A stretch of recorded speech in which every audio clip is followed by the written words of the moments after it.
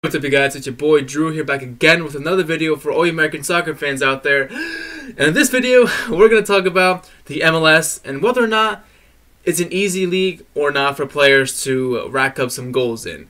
So in this video, I'm going to give you guys my opinion, and at the end of it, I'd love to hear your thoughts on whether or not you think the MLS is an easy league or not. So let's get to it. But as always, if you guys love soccer and you want to see it get the respect and growth it deserves in this country, then subscribe down below and be part of the change. Now, this is a topic that I've always kind of thought about in the back of my head, always wondered, but it more recently kind of emerged out of my head and my thought process because of the new arrival of Alejandro Pozuelo, who right now is playing for Toronto FC, and ever since he's made his debut, which he scored 2 goals right off the bat, amazing goals by the way, he's kind of made some waves as like, wow, is this Toronto's new Giovinco? Wow, is this guy who really didn't really succeed much in Europe? Now he's coming to MLS, and right off the bat, he's really successful in scoring goals and creating chances. And it made me think, like, is this MLS still an easy league? So I kind of just want to get into that topic, and I've got some examples, some American player examples, some European player examples. So excuse me if this video is going to be all over the place. I just want to give you guys some examples as to who I think came here after a really bad stint in Europe and just became successful here. And then, of course, I'll give you guys my point on it, my opinion on this. So I don't know why I'm still talking about it. Let's just talk about the topic. Alright, so obviously my first example on this whole debacle is Jozy Altidore. Now, Jozy Altidore was a player who obviously he started his career professionally in New York Red Bulls, scoring 15 goals in 37 appearances there. Cool, we got it. Then he went on to Spain, where he only scored 1 goal in 9 appearances with Villarreal, so he kind of tanked and bombed there as per Jozy Altidore's status. And then he went on to the Dutch league with AZ Alkmaar, where he was lighting up the Dutch league. A lot of people were recognizing him. A lot of European teams, us as American fans were like, you know what, Jozy Altidore's killing over there, but I want to see him get to a league where he's more represented, a league that's more publicized. No offense to the Dutch league, but he scored 39 goals in 67 appearances over there. Went to Sunderland, kind of tanked again in a bit more competitive league than the Dutch league, with all due respect. Well, he only scored 1 goal in 42 appearances. So he kind of tanked in La Liga, and he tanked in the Premier League. So after the Premier League debacle, he was like, you know what? Let me go back to my homeland of US, but not really, because I'm going to go to Toronto in Canada. So he comes here and he scores right now 50 goals in 93 appearances. Probably more than that. I'm sure Wikipedia is probably lying to me. But so anyway, the whole point of it, he comes to the MLS, back to the MLS, and he's back on scoring form. He's back on fire, scoring goals as usual. Not as much as a national team recently, but in the league itself in MLS, racking up goals. So I'm just like, all right. So you fail in the Premier League, you fail in La Liga, but here in the MLS, you're racking up goals like it's nothing. Got it. Cool. Another example, Clint Dempsey. He's definitely one of, if not my favorite ever U.S. men's national team player. I just think this whole personality, his whole energy about him, he's just a cool dude. Like I would love to hang out and go fishing with him one day because he likes to fish, and I never could fish. I never knew how to fish. I never fished in my life, so he could probably hang out, show me how to fish. But anyway, let's talk about his stats. Okay, started his career in the MLS with New England Revolution. Scored 25 goals in 71 appearances there. Cool, good job, Clint Dempsey, racking up goals in the MLS as you should. Goes to Fulham, scores 50 goals in about 180 appearances. Awesome there. Awesome talent for American soccer. Then Tottenham Hotspur, bought him, and when he joined Tottenham Hotspur, I was really excited. A lot of American fans were excited because Tottenham was going to compete in the Champions League, yada, yada, yada. But back then, Tottenham Hotspur was not the team they were today. They were more of a team who really just couldn't perform well. They were all over the place. Okay, they were not the same team. They sucked back there. Okay, he only scored 7 goals in 29 appearances, which was a big shame. So after that, another Premier League debacle for another American soccer player, he was like, you know what? I'm just gonna go to MLS, to my hometown of MLS, and he actually stayed in the American team. He went to Seattle Sounders. Boom. Right now, he finished his career. Boom. Came back to the MLS. 47 goals in 115 appearances. Obviously, success. Obviously, his most successful team in his career, arguably against Fulham, but still, I think he succeeded there. And again, another player fails in Europe, comes here to MLS, lights it up. Another example, David Villa. Now, David Villa was one of my favorite Barcelona players. As you guys know, I was a Barcelona fan. I mean, I say was because I've come to the realization that I wasn't just a Barcelona fan. I was one of those freaks who's just a Messi fan. Like after, you know, I didn't. It doesn't matter. I'm a Messi fan. I don't care about it. I've come to terms that I'm just a Messi fan, not a Barcelona fan. So, sorry everyone. Okay, I'm just one of those people. Sorry, I hate myself for it. Okay. But anyway, David Villa, one of my favorite Barcelona players of all time.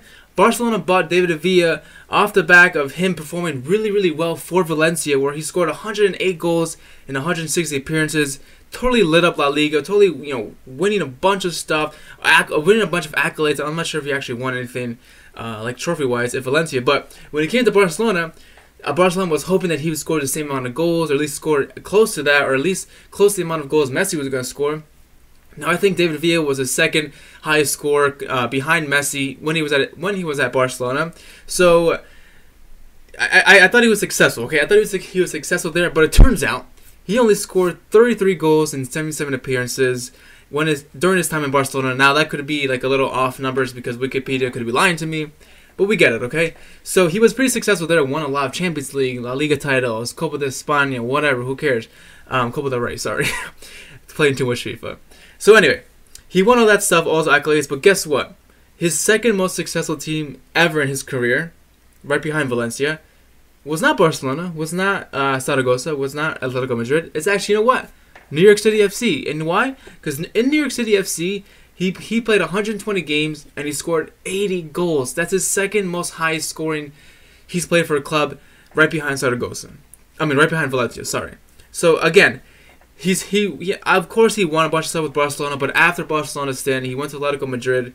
He went on to Melbourne City, where he didn't score many goals there. He didn't do well for Atletico Madrid, so he came to the MLS, and he just lit it up. Everyone knows him. David Villa was one of the most influential and best goal scorers in the MLS when he first got here. I mean, towards the end, he wasn't that good, but I mean, he was only here for like what? He was here for like 4 years. So I think in those 4 years, he really did the league justice. He did himself justice in terms of goals. Another example of a player who just comes to the MLS and lights it up like it's no big deal. Next example. Next example is Sebastian Giovinco. Obviously, got to talk about this dude. And if you guys are wondering, I have one more example after him, and then I'll go on to give you guys my opinion on this whole topic. Okay, so don't worry. Be patient, okay? Be patient. Be patient for your boy, Drew. Now, Sebastian Giovinco, arguably one of, if not the best, striker and finisher in MLS history, and especially for Toronto FC history, being their top goal scorer. I'm pretty sure he still is their top goal scoring ever. So let's go back into his career in Europe. Okay, he started his professional career with Juventus after coming in through their youth academy, but only scoring 14 goals in 93 appearances, which sounds decent, but it's not, because he's an attacking midfielder, a forward, whatever. And a lot of people dubbed him to be like a really big thing. And he had so much potential in Europe, especially when he was with Juventus and the whole Italian league era for him. But he just didn't live up to that potential. So, you know, Juventus loaned him out to like Empoli and Parma, but he really wasn't successful there.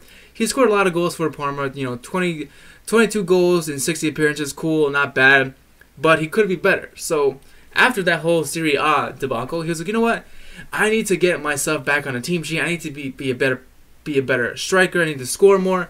And guess what? And then Toronto FC came knocking, and he came to the MLS, and the rest is history. Totally lit it up. Like I've mentioned before multiple times on this channel, Sebastian Giovinco, the best striker, to me at least, MLS has ever had. And again, another example, player fails in Europe, comes to the MLS, destroys it like it's cake. Last example. Alright, well, this brings us to our last example, and that being the guy I mentioned earlier, Alejandro Pozuelo, who didn't really have best career, I'd say, ever in Europe, minus his Belgian league career. Well, I'll get to that in a second, literally 5 seconds. So, Alejandro Pozuelo started his career with Real Betis in La Liga, coming through their youth career, their youth team, you know, scoring only 3 goals in 29 appearances for the senior team of Real Betis. Okay, cool, we get it. He didn't succeed there. Shipped him off to Swansea City in Wales, when you would think that maybe he'd show some of that Spain flair talent that he had as an attacking midfielder and provide some assists and goals for Swansea City FC. Didn't happen. Probably one of the worst players Swansea City has ever signed. That's why he only played for like a year, scoring 0 goals for them. Actually, I think he scored 1 goal in like a Carbo Cup competition, but just 1 goal against a small team doesn't really matter. He really had no impact at all in Swansea City. So in Swansea City, shipped him back to La Liga, where he played for Rayo Vallecano. Guess what? 0 goals as well. So the Rayo Vallecano was like, yo, we don't want this flop. Ship him off somewhere else. Went to the Belgian league with Genk. He scored 17 goals in 100 appearances. I figured he scored more goals. Nada. Nothing. Zip. I mean, he did score 17 goals, but that was pretty much it. He didn't impress that much. So Genk, after 4 years at Genk, he was like, you know what? Kind of want to go somewhere else. And then guess what? Guess who came knocking again? Toronto FC, baby. And like I said earlier in the video, his debut with Toronto FC probably sparked so much talk and hype over this dude that he's ever had in his whole life. Because when he made his debut, he scored 2 beautiful goals, what, a chip and a really good goal, and then what, chip penalty or something like that. I forget. It was so long ago. I should have made this video earlier, but it doesn't matter. He made a great impact. He had around 4 goals and 4 appearances for Toronto FC. Great for him. He looks like he's gonna be what if people were saying the next Giovinco, but I need to see more of this dude. I need to watch more of Toronto FC's games when he's playing. I need to make sure he's actually like the real deal. I don't know, but it just makes me wonder, like, is the MLS that easy for people? Like, it's like all the criticism we get from overseas, like, oh, retirement league, oh, that league is just like, it's dumb. It's for people to go and finish their careers. Like, it's not even that. The defending sucks. The whole setup of teams suck. Is that true? I'd say yes. But that's okay. I mean, I'm not totally on board with like the whole retirement league argument. I'm not on board with like the whole league sucks and it's trash. No. If I had to compare the MLS to another league in Europe, I honestly, without a doubt, like would compare it to the Championship of England, which is the second tier of English soccer. So you got the Premier League and you got the Championship right under that, and there's 2 more leagues under that, and list goes on forever. But I'd say we will be like, I'd say the MLS in terms of league, difficulty, I'd say is right Championship level in England. Obviously, we're not Premier League level, Premier League status. Obviously, we're not Bundesliga status or even La Liga status, or I even dare to say we're not even French league status, which a lot of people call Farmers League. Which, yeah, I agree, but I don't think we're that good yet. But that's okay, because you know what? We're still growing as a league. We're still growing as a soccer nation. Nothing to be angry about. I'm sure you guys are gonna be upset in the comments that I said yes, that the MLS is an easy league to an extent. Okay, don't forget that I said to an extent. It's not totally a cakewalk. Okay, I can see a lot of our MLS teams totally reaping havoc on a lot of European leagues like the Norwegian league, or I'm pretty sure a lot of our top MLS teams would do well in leagues like the Dutch league. Okay, I think we'd give Ajax a run for their money. The Scottish league, I'm pretty sure MLS could top all those teams there. The Belgian league, probably, like, even though what I said earlier, I think we could take a lot of those teams down. La Liga, second tier, destroy them. Bundesliga, third tier, destroy them. Second tier, probably destroy them as well. But once we get to the big top flight leagues, I think that's where we fall short. But it's okay, because like I said earlier, we're a growing nation. We're a growing soccer nation. Our league is still growing. We're still adapting to all this. The league has definitely come a long way in terms of defending setup, in terms of how the team set up, in terms of how the team performs overseas. I think we're getting there. Okay, so a lot of the hate we get, even if we deserve some of it, I don't think we deserve to get any hate at all, because we're still a growing league. And guess what? One day we're gonna be the fucking best league in the world. Come back to this video in like hopefully 5 years, so probably like 10 years, and you'll see like, yeah, yo, Drew was right. MLS is the best league in the fucking world. And I'm done rambling. So let me know your thoughts down below. Do you guys think MLS is an easy league, and do you think we're improving as a league overall? And let me know some leagues you think the MLS teams could take down. I'm curious as well. Thank you so much for watching. Thank you so much for kicking with me, and I'll see you next time.